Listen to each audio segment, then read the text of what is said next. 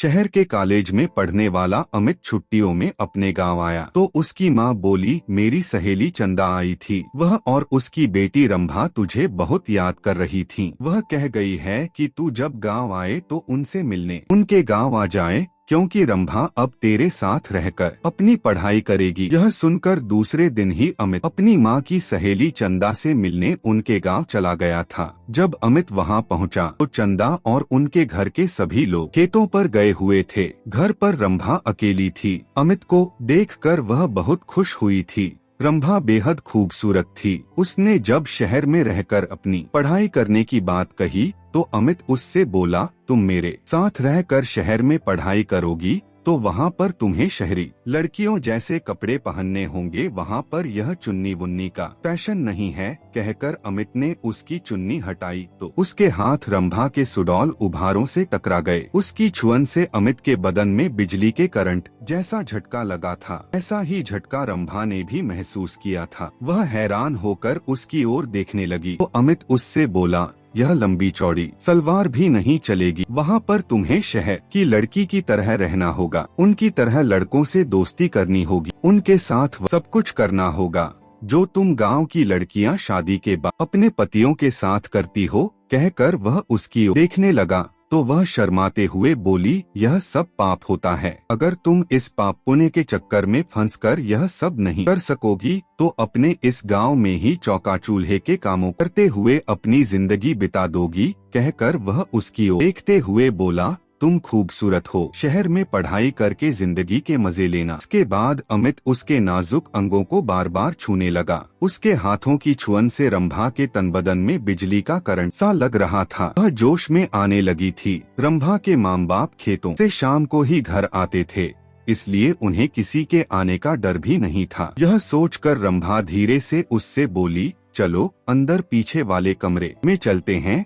यह सुनकर अमित उसे अपनी बाहों में उठाकर पीछे वाले कमरे में ले गया। कुछ ही देर में उन दोनों ने वह सब कर लिया जो नहीं करना चाहिए था। अब उन दोनों का मन भर गया तो रंभा ने उसे देशी घी का गर्मागर्म हलवा बनाकर खिलाया। हलवा खाने के बाद अमित आराम करने के लिए सोने लगा। उसे सोते हुए देखकर फिर रंभा का दिल उसके साथ सोने के वह उसके ऊपर लेटकर उसे चूमने लगी तो वह उससे बोला, तुम्हारा दिल दोबारा मचल उठा है क्या? तुमने मुझे प्यार का चस्का जो लगा दिया है।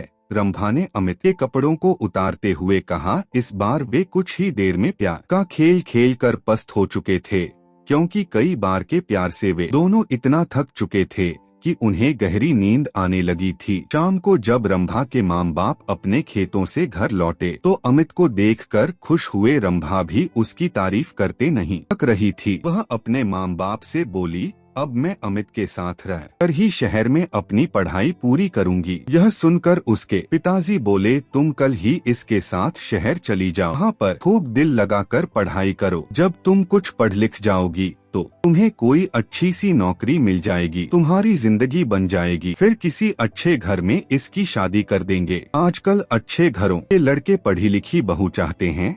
रंभा की माँ ने कहा तो अमित बोला, मैं दिन रात इसे पढ़ाकर इतना ज्यादा होशियार बना दूंगा कि फिर यह अच्छे अच्छे पढ़े लिखों पर भारी पड़ जाएगी। रंभा की माँ ने अमित के लिए खाने को अच्छे अच्छे पकवान बनाए। खाना खाने के बाद बातें करते हुए उन्हें जब रात के 10 बज गए तब उसके सोने का इंतजाम उन्होंने ऊपर के कमरे में कर दिया। जब अमित सोने के लिए कमरे में जाने लगा तो चंदा रंभा से बोली, कमरे में 2 पलंग हैं, तुम भी वहीं सो जाना। वहाँ पर अमित से बातें करके शहर के रहन सहन और अपनी पढ़ाई लिखाई के बारे में अच्छी तरह पूछ लेना। यह सुनकर रंभा मुस्कुराते हुए बोली, जब से अमित घर पर आया है तब से मैं उससे खूब जानकारी ले चुकी हूँ। पहले मैं एकदम अनाड़ी थी, लेकिन अब मुझे इतना होशियार कर दिया है कि मैं अब सब कुछ जान चुकी हूँ कि असली जिंदगी क्या होती है। यह सुनकर चंदा खुशी से मुस्कुरा उठी। वे दोनों ऊपर वाले कमरे में सोने चले गए थे। कमरे में जाते ही वे दोनों एक दूसरे पर टूट पड़े। शहर में आकर अमित ने रंभा के लिए नए नए फैशन के कपड़े खरीद दिए, जिन्हें पहनकर वह एकदम फिल्म हीरोइन जैसी फैशनेबल हो गई थी। अमित ने एक कॉलेज में उसका एडमिशन भी करा दिया था। जब उनके कॉलेज खुले